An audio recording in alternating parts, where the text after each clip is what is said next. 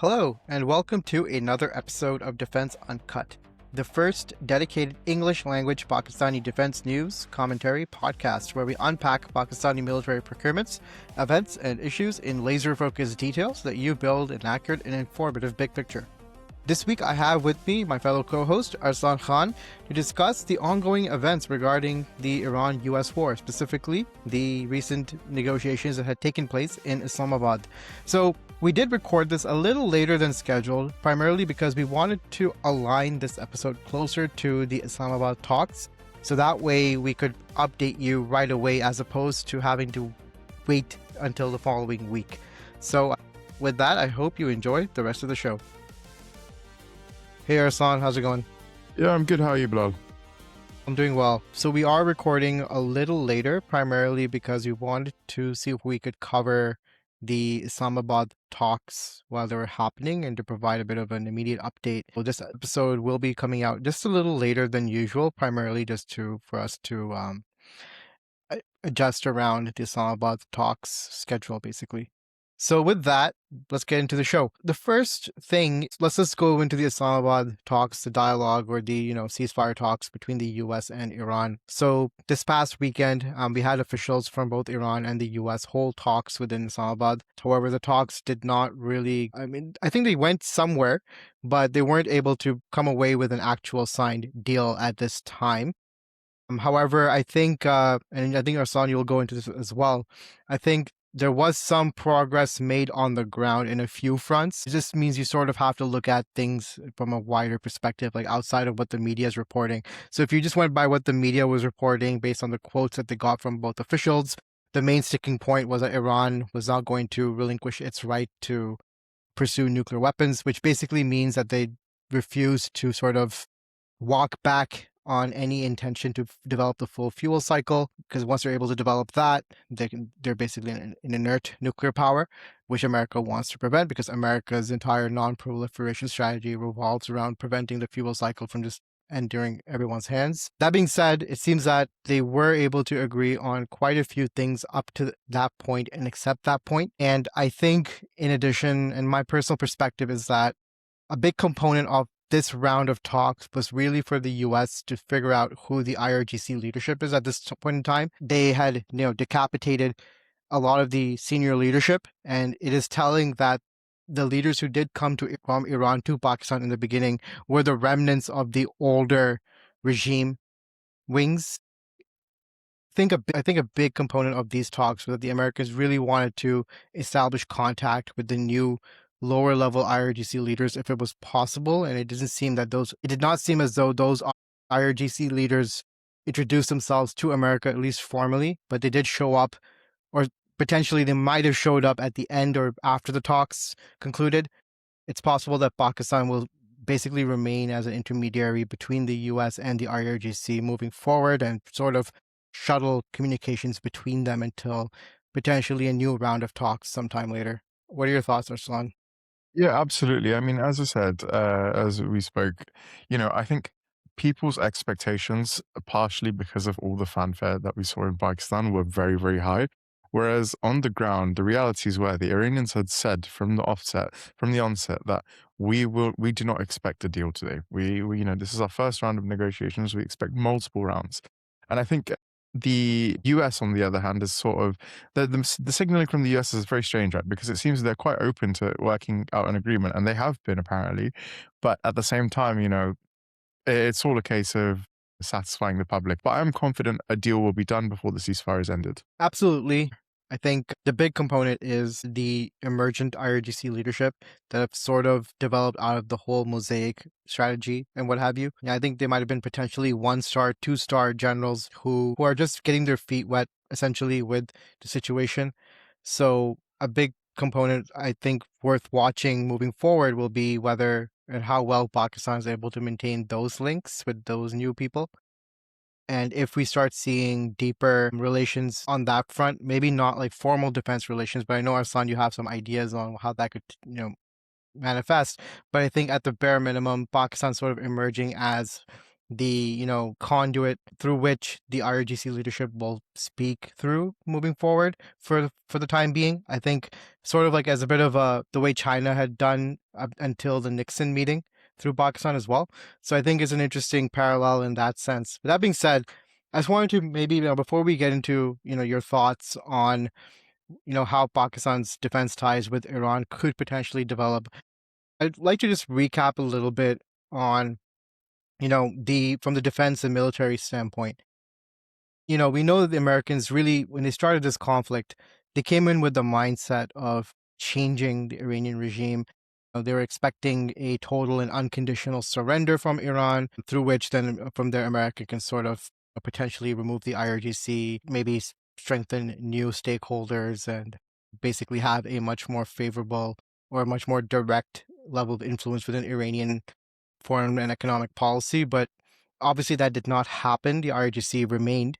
And I would love to get a sense from you of, what did Iran do to sort of prevent it capitulation in that sense? We know it endured long enough to get America to come to the negotiating table. But in addition to that, what are some lessons you think Pakistan can take away from Iran, considering from the standpoint of, as a smaller power fighting against a larger, threat, like in the case of India, for example?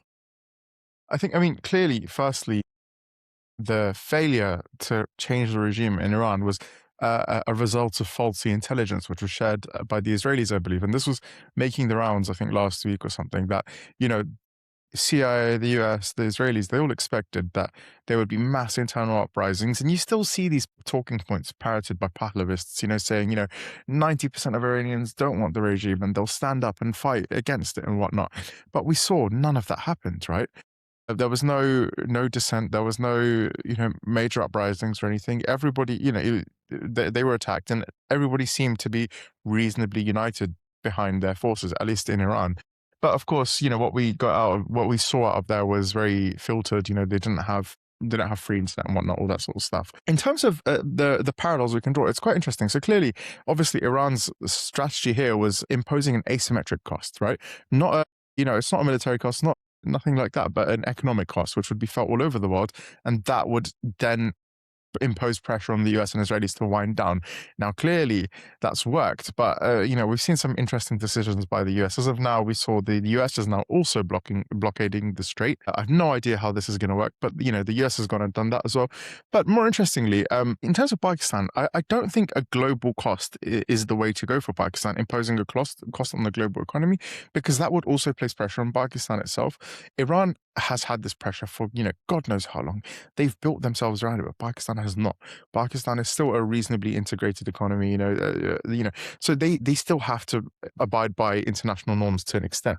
However, what we do see is, I believe it's something like 95% of India's trade by volume goes through its ports, and a lot of that trade is pushed out through the Arabian Sea. And I think the key here is being able to impose a cost on the Indian economy that would be unbearable for them, but also by their trading partners, right? I believe it's 75% by monetary volume of Indian exports go through the Arabian Sea. And the Pakistanis, they've been building up this naval force, right? The naval expansion is insane.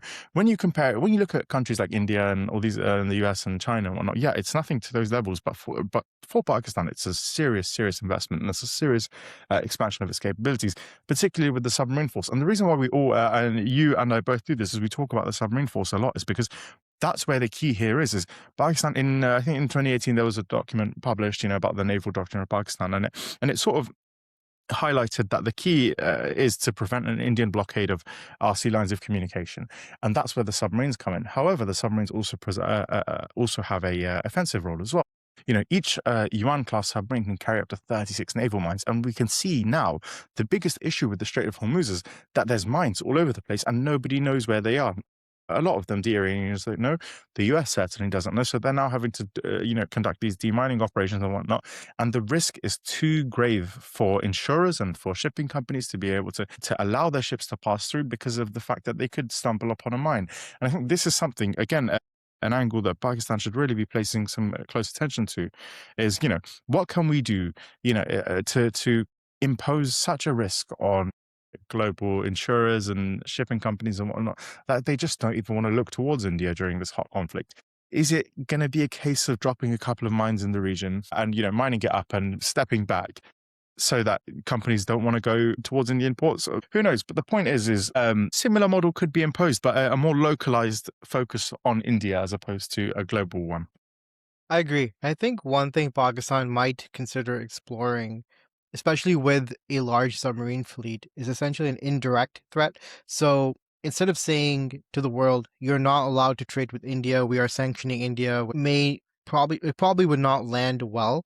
However, if there was a conflict with an active conflict with India, maybe Pakistan would reframe it saying that this part of the Arabian Sea or that part of the Arabian Sea is a no-go zone because there's an active conflict. For the safety of all ships and personnel in this area, we would recommend you don't sail through here. And the implication would be there that, hey, we're saying that it's for your own safety. There could be an Indian missile, there could be a Pakistani missile, there could be a Pakistani torpedo. We don't know, but you should probably not pass through here. And maybe in that context, some ships will go to India regardless, but it could potentially reduce India's trade volume, especially for critical things like fuel, It quite would a bit. have to. It would have to. There's no other alternative. Oh, and obviously the other argument could be made that, look, well, what stops us from doing this to Pakistan? Well, you have to remember that on the Arabian Sea, I believe the Indian coastline is what, 2,500 kilometers. Pakistan's coastline is about 1,000 kilometers. So you've got 2.5 times the coastline to look after. That's just on one side, forget the other. And also, Pakistan's naval doctrine has purely been focused on ensuring that the sea lines of communication stay open, whereas the Indian naval doctrine is far more broad. They've got to look after China as well, and all their other commitments, whereas Pakistan's is really, really heavily focused on this sort of layered strategy. We can see we've got coastal batteries of missiles, then we've got all these aerial assets, then we've got these ships, and then submarines and fast attack crafts, and then shallow water attack subs and all this sort of stuff. So you can see that they're building a sort of layered approach here. So Pakistan's entire posture is the naval posture is a very defensive one, particularly, after lessons learned from 1971. They do not want that to happen again. But as I said, Pakistan is very dependent on the sea, and so therefore the entire posture of the Navy has been focused on preventing this. And, people say, oh, well, the Indians have tons of P8s and all this sort of stuff, and, they'll be able to detect them. But anti-submarine warfare is not this, people tend to look at war and conflict as, I've got this, you've got this. Because I've got this, your thing is now useless. It's never like that, right? So having, or the Indians will be able to dedicate whatever anti-submarine warfare assets they want, towards this threat. But the reality is there's such a vast amount of ocean to cover. It's never going to be as easy as people make it out to be. Exactly. And I think it's worth pointing out that in this situation, when it comes to being able to interdict and impact naval trade into India, Pakistan might have, ironically, a bit of a geographic advantage. So, we always discussed how Pakistan lacks strategic depth on land, and that has affected it in terms of its, recent conflict with India. But in this scenario, from the ocean perspective, trade to India and from India has to flow through the Arabian Sea. And the country that sits right in the middle of that is Pakistan, basically. So regardless of whether the Pakistan Navy is small or big, ultimately those trade flows have to move through Pakistan. Now, what's happened with the recent Pakistan Navy investments, especially as the Hunger program matures and the shallow water attack submarine follows through, and then we have other submarine programs and autonomous unmanned vehicle programs, unmanned underwater vehicle programs. Once all of these programs start to sort of mature, when it comes to that conduit in the Arabian Sea, it becomes dense with Pakistani assets of various kinds, especially subsurface assets. And suddenly, Pakistan can actually come out and say, hey, we are going to recommend merchant navies not to transit through these waters because it's an active conflict zone. Our ships are on high alert. There's exchange of fire happening. There's stuff happening. Just don't flow through it. It'll be for your benefit. And that would have an effect on the wider, the insurance stuff happening with the merchant navies. Some merchant navies might basically, especially the privately owned ones, that the private ones might not be too enthusiastic about flowing through those waters. And for India to address that problem, they would have to dedicate a large amount of their naval assets all the way into the Arabian Sea, which has the cost risk of them leaving their coastlines exposed. And Yeah, I think that is something they have to balance, right? absolutely. And just remember, if the Indians were to, as part of Pakistan's sort of layered naval defense, you've got coastal cruise missile batteries, and these things are, have ranges, are extending to thousands of kilometers, 1,000 kilometers, for example. At its narrowest point, the difference between, Gwadar and Oman, like the most saleable, the routes that are able to be used by large vessels, is only about 180 kilometers. So if missiles start flying, trade stops, and we see this situation again that we're seeing now. Absolutely. That being said, in addition to the naval component, which is, I completely agree with you. I think one lesson that Pakistan could take from Iran, in addition to having a large inventory of loitering munitions and being very strategic about how it uses its, guided missiles and what have you, I think one thing that it should take away, especially in light of how the leadership, the army leadership is sort of organizing itself, especially through the field marshal office, is actually a policy of disaggregation. I think the idea of devolving combat authority and flexibility down to, let's say, each of the individual corps, maybe even beneath them as well, for additional flexibility and responsiveness is going to be a very critical step long term. I think, in a scenario, you don't want the Pakistan army units to be paralyzed by the fact that an order did not come from Rawalpindi for whatever reason. Maybe there should be policies baked in at at least the core levels, at the bare minimum at the theater levels for sure, but I would say right down to the cores, if not even beneath them as well, up down to like brigade level, what have you, with certain units specially tasked to immediately escalate the situation on the ground somehow, go across the border, shift the momentum, like shift the fight towards India back, back in across the border again, shift the momentum back, let's say, across the line of control, like very pre-planned, locally driven responses that use the full mix of capabilities from your loitering munitions, army, localized army for rocket force command units, localized artillery strikes, maybe even some immediate air and land coordination with the PEF at those local levels, pre-planned, pre-designed under a one-star, go out and just immediately force the fight at that level. Because I think if you centralize and consolidate too much authority at the top, it works at the more static, bureaucratic, strategic level, as you see right now with the Iran situation. But I think what we can take away from both this current Iran-US war as well as the previous Pakistan-India conflict was that it would have been great to have immediate response mechanisms baked in at the lower levels. Absolutely, but what I will say is, I believe, and you can correct me on this, there is an element of this already in action with Pakistan. Is I think tactical nuclear batteries are in the hands of local battlefield commanders, so they don't need to go through that sort of chain of command, which creates that ambiguity. And I think that's where the whole cold start and all that aspect came from on the Indian side as well. So to an extent, it already exists. We just don't know necessarily how deep that goes, and we know that Pakistani leadership tends to prefer having power consolidated in one area. But we have seen them experiment clearly through this handing control of certain nuclear assets to battlefield commanders. Exactly. And we have some other, I would say, like partial steps that at least lay the groundwork for it. So, for example, you have light commando battalions. So you have basically air assault capable infantry units who should be able to, if they have the sufficient assets, go across the border pretty rapidly and essentially force a momentum shift to across the border, and basically force India to deal with them in addition to dealing with the Pakistani territory. So a lot of the pieces exist. I think is probably a combination of both policy and resources. Obviously, we haven't seen too many investments made in the way of helicopters and rotary wing assets. It would be good to sort of pursue those things again if we are able to have, let's say, more amenable ties with the U.S. Be able to procure relatively low cost, affordable transport helicopters like the Bell Fuse, for example, among others. But that being said, I think, yeah, I agree with you. Like some of the foundation or maybe partial pieces are there, but I think the way Iran executed that in this holistic sense, where it just really did seem at one level that they had like regional armies basically maybe not going off on their own and doing it, but they were somewhat self-sufficient enough to, and they had a top-down plan of action that in case something happened to the top or in the case of some contingency situation, they would, execute steps 1, 2, 3, 4. And I think that has helped them basically sort of wear out the US to an extent in this conflict. Yeah, the one thing I would say, and you can correct me if I'm wrong on this, and it's just my sort of opinion of this is obviously the kind of conflict Pakistan prepares for, and the kind of conflict Iran prepared for is quite different. Iran prepared for capitulation at the very top levels, whereas Pakistan's conflict is sort of needs to be short and fast and intense, and then somebody needs to step in. Whereas I don't think Iran ever really expected that. So the problem with, I guess, delving authority. You know, delegating authority to smaller, localized units and battlefield commanders is you lose control of the chain of escalation quite rapidly, and we can see that Pakistan tends to really stay restrained, and we saw this during Sindoor and that sort of stuff during May, that there was a very clear escalatory ladder followed, and it was very tit for tat.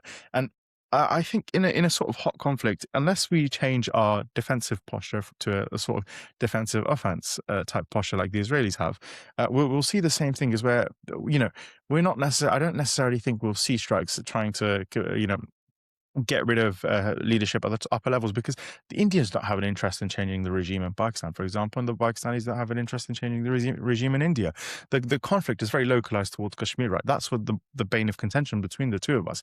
So losing control of that chain of escalation, the oversight of battlefield commanders, I think it could possibly also backfire in our case. Potentially, but I would also comment on that, saying that maybe that would also work as sort of a quasi deterrence effect on India as well, knowing that the restraint is not necessarily going to be there. So a lot of their actions will have immediate consequences. I think one thing I would, if I was Pakistan, that I would want to avoid in relation to India is giving India the sense that they can carry out an action and there may not be a response from Pakistan unless there's like significant public opinion or what have you. However, if in the future an action from India did carry a definite consequence, whether it's done from the top of Pakistan or from a, let's say, more of a regional level, then I think that equation existing could potentially have India think twice. Part of it is, I would argue that part of India's approach is their assumption that either Pakistan does not have the capacity or the willingness to escalate up to a certain point. And as long as they can maintain somewhat of a pace in that scenario and stay a little bit ahead of Pakistan, they will continuously maintain an advantage. So for example, with the May 2025 conflict, it was India that really began striking, I would argue, like the PAF's, facilities with their missiles and what have you. And at least from my perception was when I was following the conflict, I could be wrong here, was that there was a bit of a buildup on the ground where people were asking in Pakistan, like, where's our response? What's happening? Why aren't we responding to what India is doing, and so on and so forth. And I think part of that may have come from the fact that, number one, the response mechanism was, number one, consolidated from the top and essentially was issued downwards. And number two, maybe we didn't fully bake out a proper step-by-step response plan that would incorporate local decision-making bodies in the process. So maybe it would be like, you don't necessarily have to give, you can maybe bake in some pre-built decisions for the local authorities or local level commanders. Look, to maintain some sort of pace and control the escalation ladder, don't go from 0 to 100 right away. But at the same time, do not feel that you have to defer back to GHQ at every single point, as long as you're maintaining the pace here. Maybe like, so it would be a bit of a balance, but I would argue that if India understood that an action had an immediate consequence, something that potentially GHQ might not be fully abreast of, at the moment, because things are moving rapidly, I think that could fall into Pakistan's advantage a little bit. It could actually operate as a bit of a deterrence element in its own right. Yeah, I guess so. Giving them a sort of limited option of retaliation would be a reasonable path, because, as I said, and particularly when we get into like the sort of combined air and naval and ground ops, you really want some level of coordination, right? Particularly, if you've got a strike package going out and then you've got some local commander dumping all of his Fatah battery on a single target, it's probably not the most efficient use of resources. But also, then you run into risks of blue on blue and all this sort of stuff. So, I guess it's kind of one of those cases, is how far do you allow it to go? Whereas in Iran's case, they've sort of said, that it's sort of been a case of, you can go as far as you want. We even saw after the ceasefire deal missiles raining down on Israel. So clearly, their idea of this Mosaic defense is a lot more delegated into the hands of the local commanders. Whereas I would probably argue that, maybe to an extent where they've got authorization, pre-authorization to do a certain retaliate to a certain level, but then anything beyond that, and unless GHQ was suddenly flattened, would require coordination between GHQ and other decision-making bodies. Yeah, I agree. And I think maybe one part way solution would be that instead of devolving immediately downwards, you might, and we have a previous cool article on this, you might want to set up a joint service office or a joint task force that draws specific units from each of the service arms. They are under the direct, let's say, authority of the field marshal, but they have a bit of a very clear objective is to act very flexibly and move very rapidly.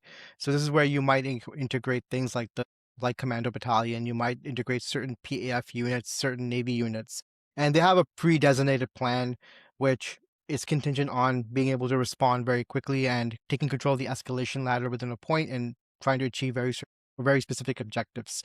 So in this sense, it would still fall under the control or let's say final authority of the field marshal, but it would sort of operate drawing on each of the service arms resources, but still operate, nimbly enough to move fast. And maybe it could be like a bit of a hybrid balance between what India was trying to achieve with the integrated battle groups, for example, combined with, maybe some devolution of power. But I think in general, I think the idea of just being more responsive and delegating some level of authority down to the field, I think it has value. Just we need to figure out what the specific mix for Pakistan would be. Yeah, no, absolutely, I agree. Is we need to step back from this sort of tit for tat approach and very carefully treading the escalation ladder, and we really need to start being a lot more reactive, but also a lot more offensive as well. So next topic, and I'm going to lean on you a bit more for this, Arslan. So I guess, with the Islamabad dialogue or talks as they are right now at this moment, what's next? So my perspective, just to sort of set the stage here, is that I think really the US wanted to get in touch or establish contact with the younger IRGC leadership, the ones who are running the Mosaic defense strategy basically on the ground. It's not clear that those leaders have actually met the US in these talks, but we were able to track out, or spotters did track IRGC affiliated planes landing in Pakistan, I believe, like in Saturday night, essentially, or Sunday morning. So, in that sense, they did show up and are evidently talking to at least the Pakistani side, but they haven't really engaged with the American side just yet. So, my sense is right now the US didn't feel that it spoke to the right people from Iran, at least from its perspective at this moment. It spoke to a lot of the older guns, the older regime heads, or the remnants of them, but it didn't really speak to the next generation. And I think part of it, although it wasn't stated in the, in any of the announcements, but I think part of it is that any agreement now would just be inconclusive without both sides sort of going back and getting some alignment from the respective stakeholders. So I think in that sense, the US had a message to send to the IRGC to drop the nukes, and the IRGC probably had a message to America to leave the region or something. So I think that's where the talks are sort of stalled at that point, and now they're just going to be using Pakistan to sort of exchange messages, basically. Yeah, I agree with you. And I think now we also need to look beyond these talks because personally, I genuinely believe that these talks will be fruitful within the next couple of weeks before the ceasefire expires. What the US is now doing is wholly irrational. There's no logic, there's no reason behind it. If the worry was fuel prices and, the global economy, then blockading the strait on your part is also not going to do any good for that. So clearly, it's kind of just like the US is lost as it's got no clue what's next. But I think the most important thing we've got from these talks is it seems like both parties are pretty close to a solution where, and now the key sticking point is just those couple of elements, particularly the nuclear aspect, because in a lot of the statements we haven't seen any references to the Strait of Hormuz and the tolls or anything. So clearly the previous issues have been resolved. The previous sticking points are no longer a sticking point. So now it's a matter of just seeing what's next. And I think that's the most important thing we should talk about now is beyond this conflict is what does the region look like after this? And I think this is where Pakistan's role really comes into play is because the region needs a security guarantor. The US is not acceptable to any of the parties at this point. particularly Iran. But we also see the Arabs are probably not too keen on the US because the US dragged them into a war that they had nothing to do with and they didn't know about. So now the Gulf needs a new security guarantor. We've seen assets be deployed to the Saudis. And now, after this conflict, the Strait is going to need somebody to patrol it. But also, even if we look beyond that, the Iranians have no air force. They've got nothing to protect their skies. They've got an army and they've got some limited air defenses. Beyond this is where Pakistan's role comes in, is what I think is quite important to discuss now. Yeah. So basically, you know, prior to this conflict, in the several years leading up to it, the Pakistan Navy was sort of carrying out its own what it called regional maritime patrols. So these were independent of the coalition task force patrols, which the Pakistan Navy was already part of and still is a part of. However, the RMPs are basically being done independently, wholly by the Pakistan Navy. And my perception of the RMPs was that at one level, it was definitely just for the Pakistan Navy to take ownership of securing Pakistan's sea lines of communication or sea lanes. But at the same time, I also felt that it was something the Pakistan Navy was promoting to the Gulf states as a bit of a supplementary security anchor. So in the sense that as the Gulf states, definitely, I mean, evidently they rely on sea trade for their energy outflows and imports and what have you.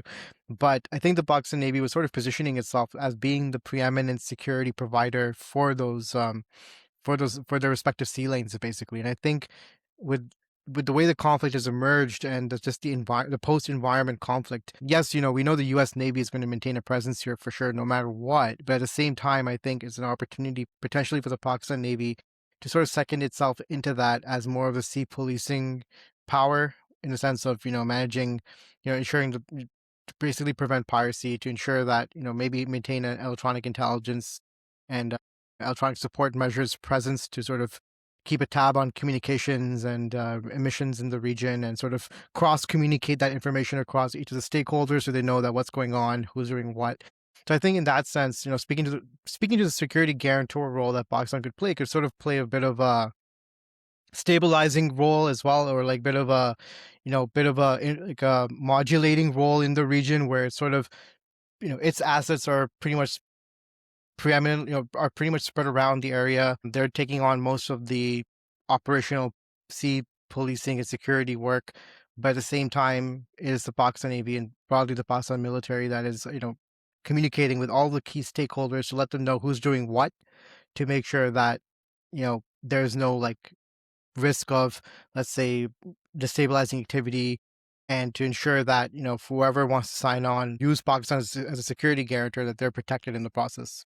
Yeah, absolutely. And, we were speaking about this yesterday, and a couple of hours later, one of the proposals made by Pakistan was that we would offer a joint naval patrols. Now, obviously, the Iranians have no navy. The US would probably not be an acceptable patrol partner to the Iranians. And this is the key thing here is Pakistan is the only acceptable party here. The Arabs would not be acceptable for the Iranians, and nor would the US. And the Iranians would not be acceptable to those guys either. Not that the Iranians could do any meaningful patrols anymore. So Pakistan is sort of the only acceptable party. And as you said, it's pretty well positioned to be able to take on this role. It's been, sort of, let's say, practicing for this for the last, a decade or two. The issue now lies is, it would necessitate a pretty rapid fleet expansion, a service fleet expansion, but also beyond what Pakistan has sort out in a surface combatant, right? We're not talking localized air defense, and protecting, Karachi and Pakistan's shipping lanes and demining and all that sort of stuff. We're talking now serious combat operations. And on the topic of demining, the other thing is, as you mentioned to me aside, Pakistan is the only navy in the region who even has demining vessels. The US demining the strait, once again, if an agreement is reached, is probably once again not going to be acceptable to Iran. Who else is uniquely positioned to be able to do this? Pakistan. So it's a really good opportunity for the Pakistan Navy to step up. But again, as I mentioned, it's going to necessitate a rapid shift in capabilities, but also doctrine, right? Pakistan's doctrine has always been defensive, has always been securing Pakistan its coastline and its sea lines of communication. So now going to a sort of more wide area air defense and, demining and all this sort of stuff and, escort role, it would necessitate a pretty serious shift in doctrine and also types of systems it would induct as well. I agree, and I think a lot of that, a lot of the guts that would underpin that sort of rotate around our mindset or the mindset of our security leaders. I think at one level, I feel at least as an observer that Pakistan is generally under asked in terms of the security premiums it could exact on the Gulf and now potentially even Iran. Like, if we think about it, you cannot put there's no like limit to how much security can really cost. And I think, and we have a pulse check episode with a Pakistani journalist where we sort of delved into this in relation to Saudi Arabia. But it's worth noting that through the 1980s, the Saudis were paying about $2 to $3 billion a year to Pakistan in 1980s money. So today that's around $10 to $15 billion a year, and that was the security premium in the 1980s. Right. And at that time, Pakistan had stationed troops and personnel within Saudi Arabia. There was rumors of a entirely Pakistani contingent within Tabuk. There are thousands of Pakistani personnel within the Saudi military, from the Air Force, Navy, Army, what have you. So it was a very deep and well integrated presence. And I think, obviously, since the first Gulf War between Iraq and the US, a lot of that did get unwinded by the Gulf themselves, maybe out of pressure from the Americans. So a lot of that security premium was basically taken up by the US. But now you saw what happened with Iran, that security premium didn't pay off, right? Because, whether for whatever reason, I think no one can really argue that when it comes to, and this is like parlance from the Pakistani military, but when it comes to defending the holy sites, you cannot argue America is more invested in that than Pakistan, right? So, and by extension, that means the regions surrounding the holy sites and what have you, and in the wider region as well. So when it comes to ensuring your security on the ground, being there, sending assets there to fight for you, if Pakistan had the resources, it would be able to provision and send those resources up to the Gulf. Problem is that it's at this point in time, very, very, very stripped for resources. It doesn't have those resources. So the Gulf, especially the Saudis, and maybe to an extent the Qataris, the Bahrainis, the Omanis, have to sort of assess that, look, if you need help on the ground to secure your interests on the ground, to secure your investments, your economic infrastructure, your citizens, and you need people down there ready to fight on the ground and die, well, there's a high security premium that we're going to have to charge.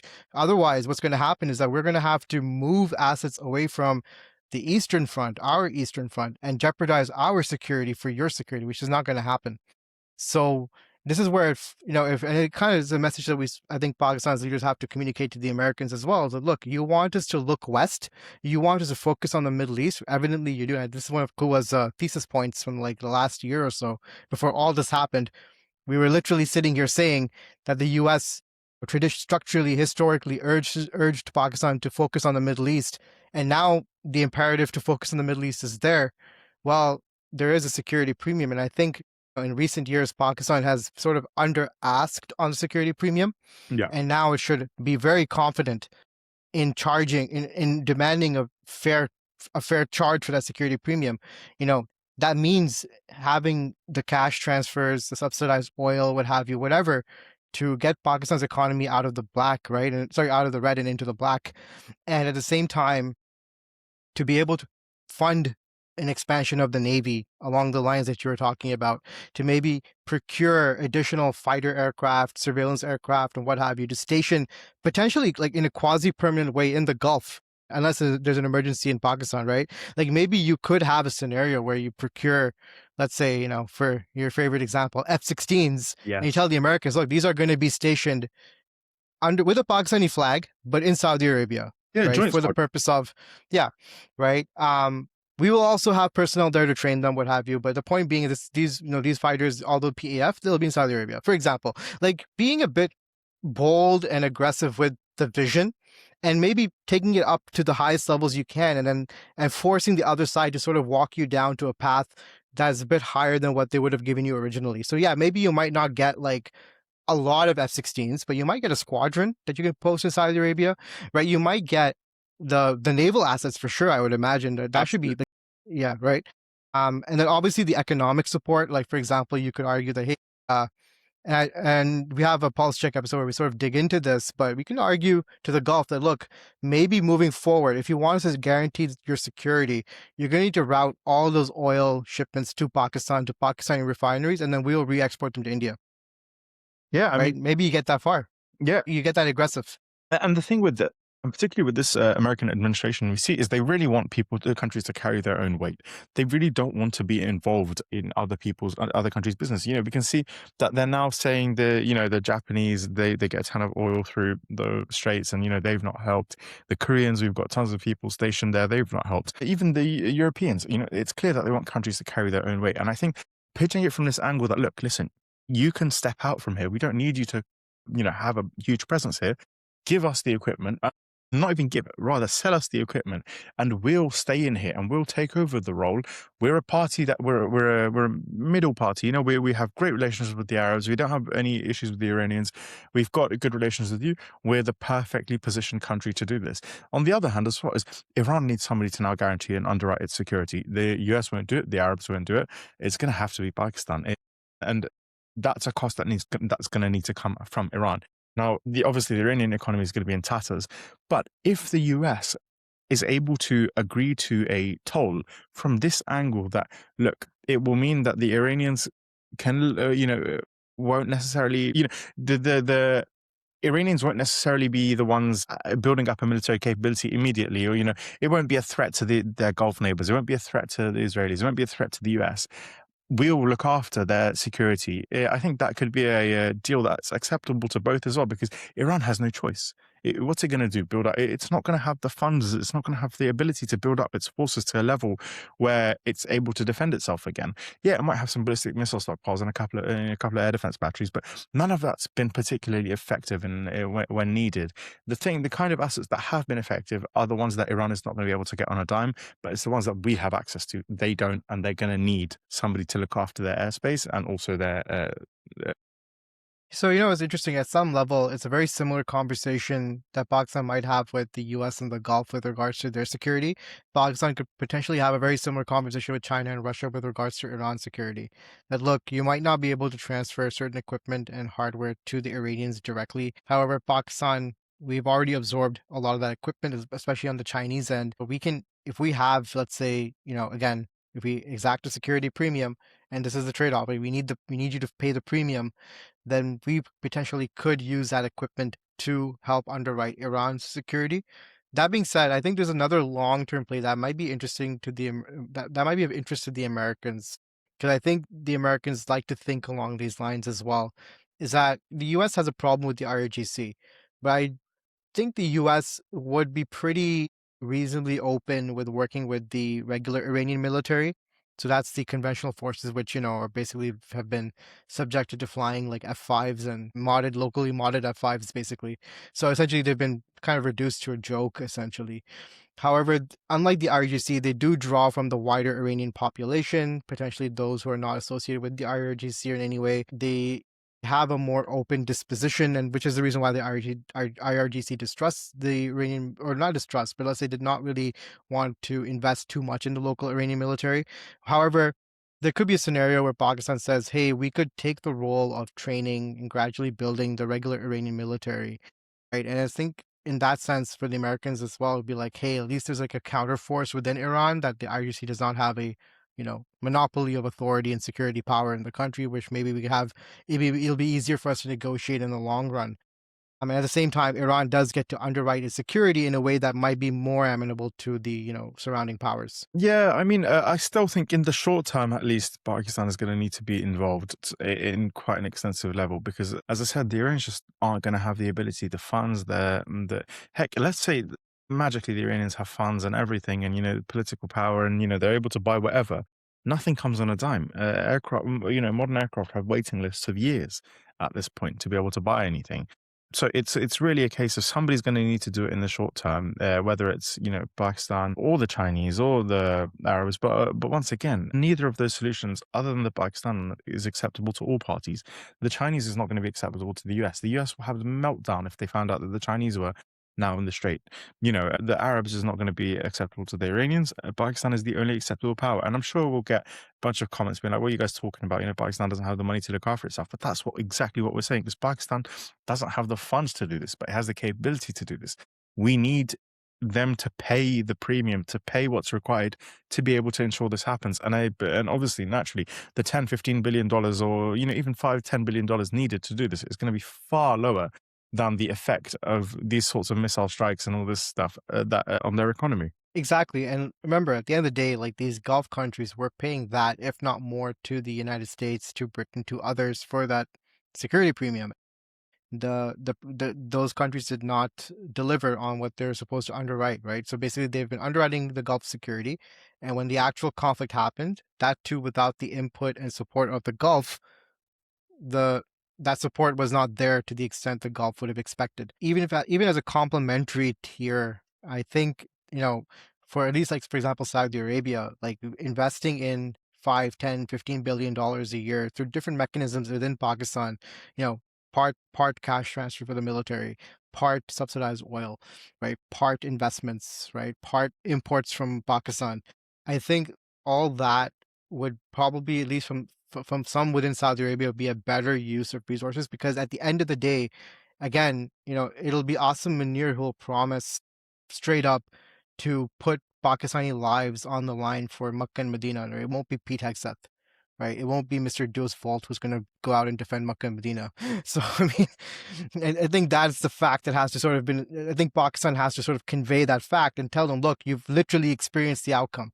Like before, you did not value the security premium, at least from us, because you'd assume that the Americans would be there to support you and protect you, but that evidently did not pan out, right? So we're the only ones left. Like literally, there's no one else who's willing to do that. I mean, you can maybe, I would say Turkey is the other one, but the problem with Turkey is that they have ties with Israel, so there's a whole other issue. So I can see a scenario perhaps where Turkey might be the more favored option for, let's say, like a UAE or a Qatar, for example, right? However, I would say for Saudi Arabia, it's going to be like Pakistan, Yeah, essentially. And uh, same with Iran, it'll be Pakistan as well. absolutely. And the other thing is obviously with the strategic defense agreement, we never saw any mechanisms in place for any of this, right? It was kind of like just a piece of paper, it was signed and then nothing happened. And even during the conflict, we were kind of waiting, to find out what Pakistan's move is going to be.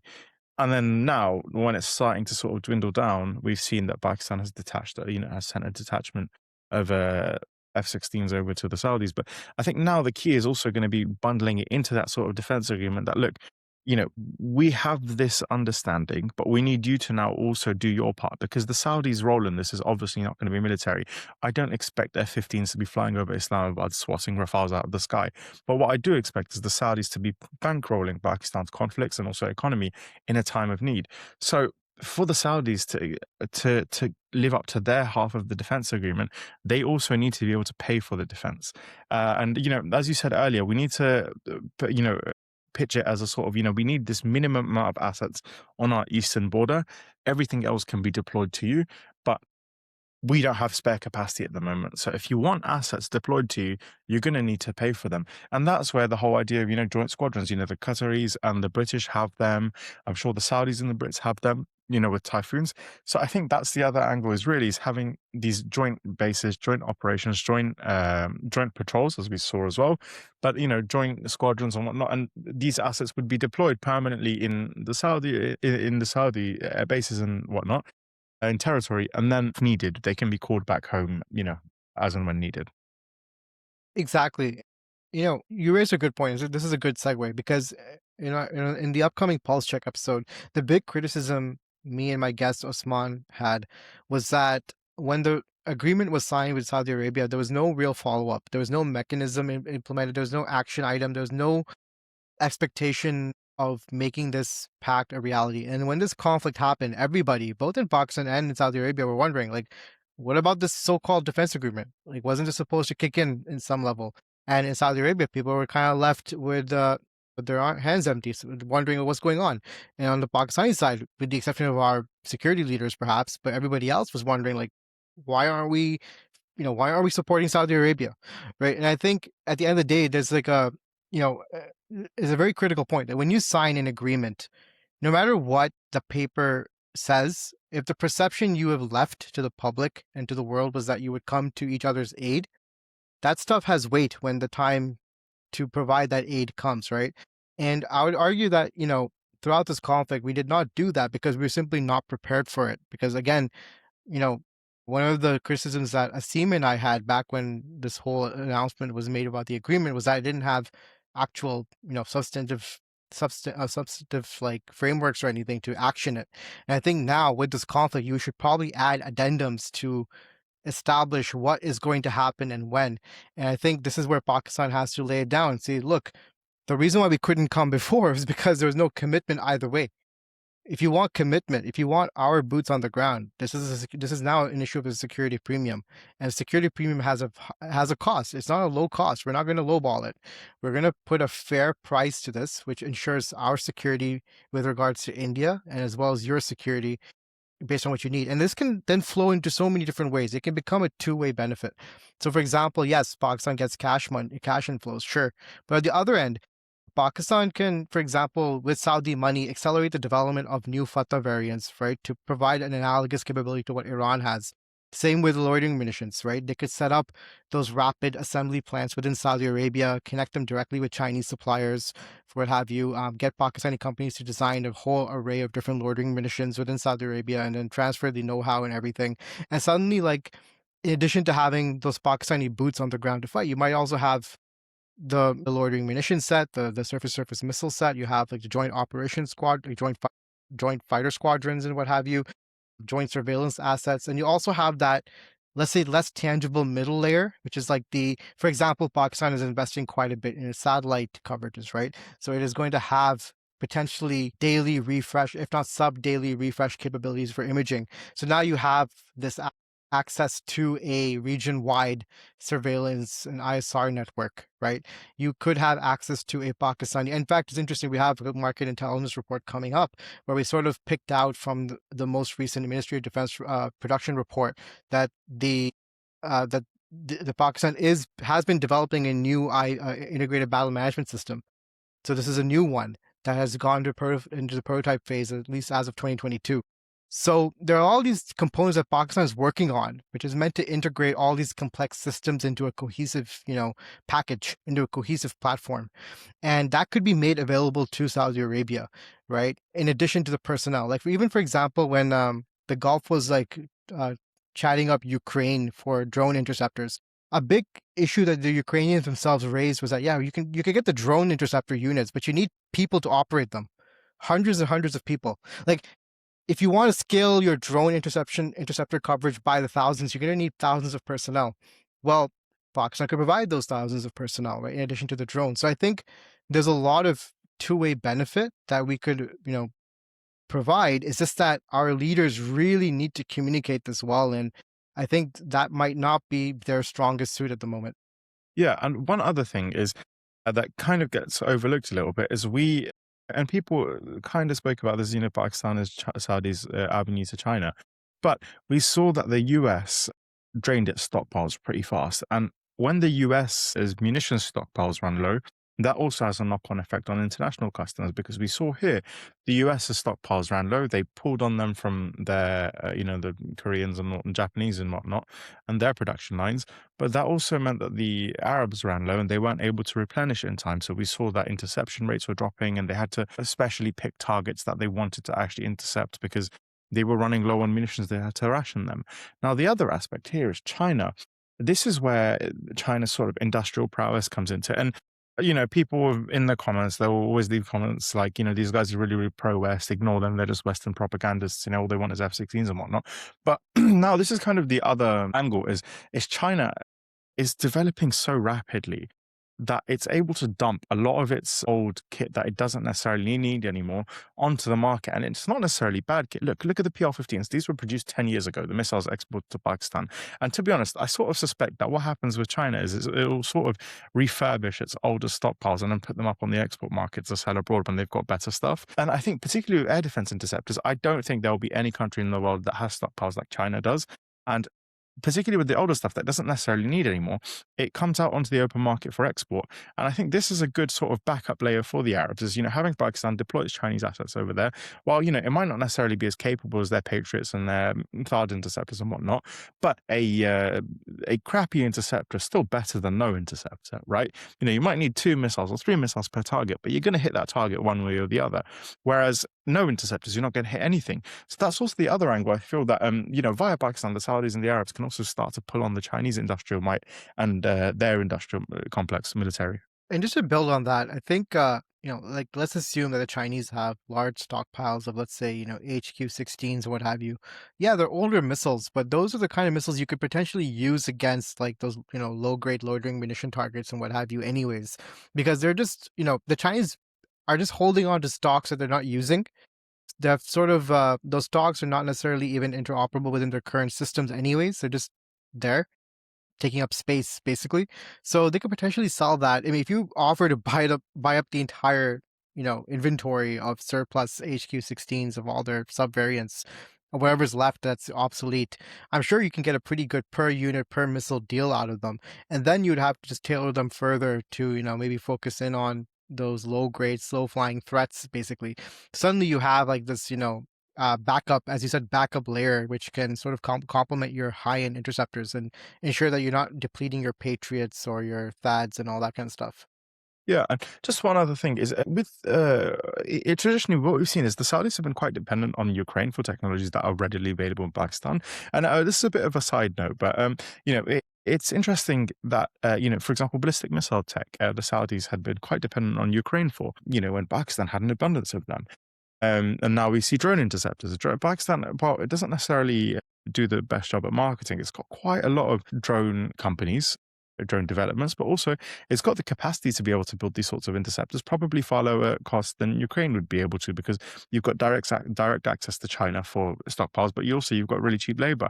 And I think now via the sort of this pact, I think it's time to formalize a lot of this stuff. As you know, if you need short range ballistic missiles, we've got the Fata series, and we need to be interoperable, and we can deploy these to your territory. In the same way, we can look at production of these tons of these drone interceptors because we need them and they need them as well. Exactly. And it also feeds into Pakistan's benefit as well, because, I'm not sure if we discussed this in a previous episode or not, but there's a scenario where, let's say, Pakistan wants to develop a new variant of the Fatah, or maybe even start delving into supersonic cruising missiles or what have you for whatever reason.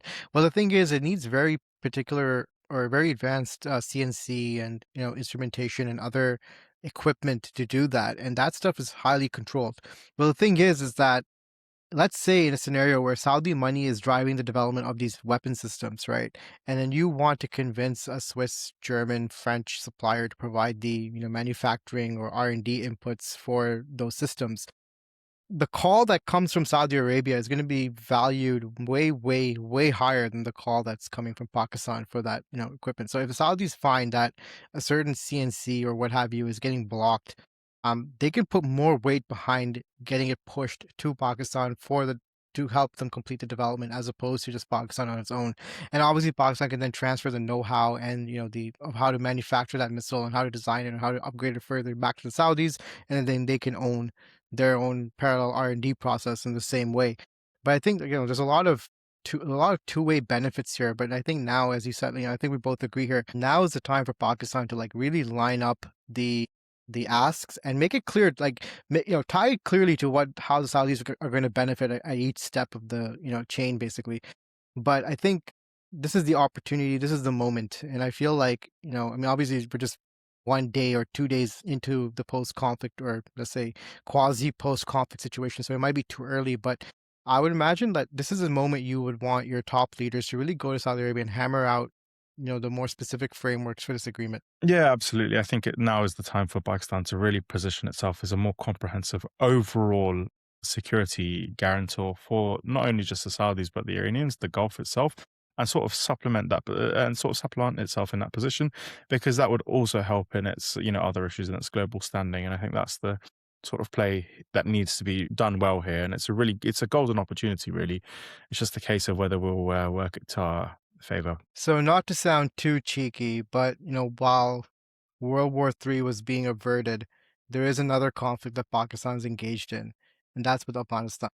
So, while that was happening in Iran, while Islamabad talks were happening, there was also the situation of Pakistan's long-standing counterinsurgency and counterterrorism issue on its Western Front. And I think obviously, you know, with the current security leadership, they've decided to really tackle the TTP problem from what they perceive to be the root issue, which is that the TTP has operating space within Afghanistan. And I think, at a broad level, I think the Pakistani military leadership is basically just trying to deny any regional space to the TTP to operate. So that doesn't necessarily involve going into Afghanistan always, but at least ensuring that the TDP does not perceive Afghanistan to be a safe haven anymore. And I think that's really where things are going.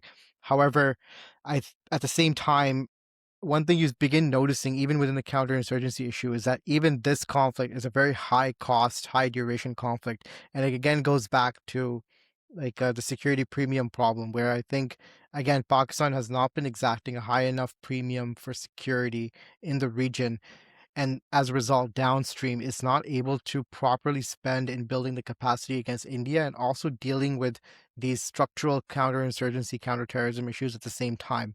Like, for example, we know there's like a dearth of, mine resistant armored vehicles, right? We know that we know that Heavy Industries Textila is licensed manufacturing the first wind platform from Thailand. But again, this stuff is all contingent on your ability to import equipment and, inputs and be able to manufacture or assemble the vehicle locally. Never mind more complex, higher cost assets like, helicopters for quick reaction, intelligence infrastructure, more specially trained infantry, like, increasing the light commando battalions for this stuff. Definitely, if you notice, like some of the casualties that we've been seeing from the Western Front have been from those like well-trained units, right? Because they're basically taking on the brunt of these operations because they are the quick reaction, air mobile forces. And we need these guys to also be available for the Eastern Front, potentially within the Gulf as well. But where is the money going to come from to train them and to continuously build these capabilities? So I think even from a counterinsurgency, counterterrorism problem, again, I think Pakistan has just been undervaluing the security premium. What do you think? Yeah, absolutely. And I think one sort of brief point just to touch on is because you will probably see a lot of, Pakistan selling itself for money and all this sort of type reactions. But the US does this as well, right? The US makes it contingent.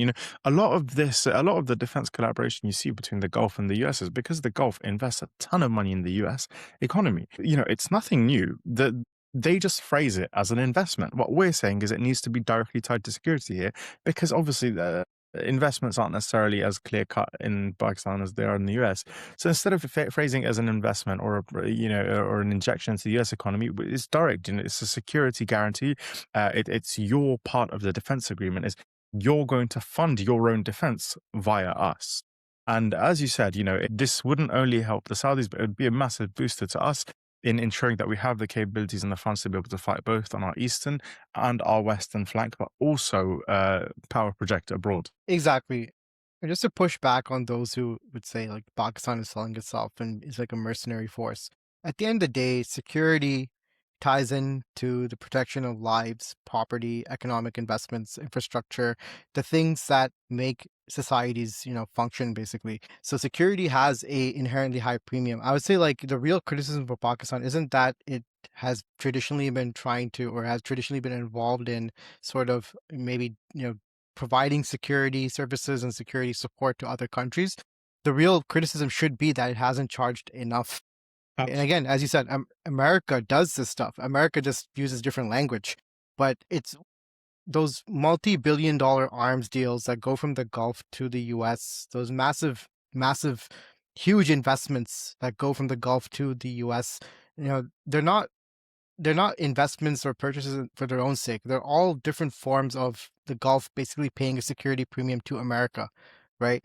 That's basically what it is. Because at the end of the day, like, as we saw from this recent conflict, the Gulf militaries just don't have the internal capacity based on the way they've been sort of structured and organized to manage their own defenses independently. They require the US, they require the UK, they require external partners to come in and help them out, right? When they get into a hot conflict scenario. Pakistan has shown that, it has at least the human resources and even some level of depth in terms of, its agriculture and what have you to be able to sustain a fight of that nature. Obviously, when it comes to industrialized, mechanized, modern warfare, you need hard foreign currency to be able to fund the most advanced systems. And you have to ask those countries in the Gulf, like, what do you want? Do you want real certifiable assured protection or don't you? And if you want that protection and Pakistan's willing to offer it, then you should have to provide the funding. Like Pakistan cannot go into debt for your security. Like that Yeah, makes no sense, right? absolutely. And I think that's to an extent that's what has been happening indirectly, right? In a way. I Yeah. think historically through the 90s and 2000s, Pakistan was not charging enough for that. And it's time to own up to it. Like security, energy, agriculture, these are the most fundamental, some of the most fundamental parts of human civilization. And I think it's just time to own up to it that Pakistan has a, let's say, competitive edge and a competitive edge in having a security economy, a security system with a deep apparatus of being able to recruit trained personnel and equipment and deployment. And now it just needs the final layers of that to make it more responsive and capable in those, higher level conflicts, basically. Yeah, I mean, at the end of the day, it's kind of a societal issue, isn't it? If you're an Arab, sitting there in your house, why the hell would you want to go and, spend 6 months on a submarine or go and, go fight a war when you've got a comfortable life? Your government is paying for your house and your wedding and all this sort of stuff. Why do you need to? Whereas if you look into Pakistan, you've got thousands of hordes of Pakistanis willing to go to conflict, willing to go to war to defend the holy sites.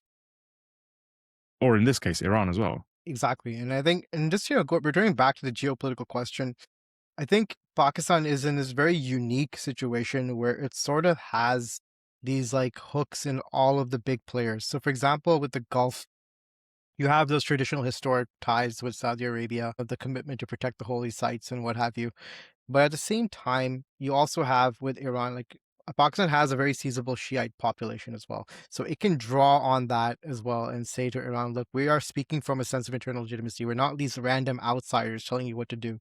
We have maybe potentially like if top 3, top 4 in real numbers, one of the largest numbers of Shia people in the world, right? Definitely top 5 in actual real numbers if you extrapolate based on our population. So we're coming at this as one of from within your camp as well in that deeper sense as well. So we have this like unique situation where we are sort of a meld of different situations and different contexts where we can basically establish ourselves as that modulating neutral player because we're not going into these situations trying to talk down on anyone. We're coming in at it from saying that, look, we're affected by all of your issues.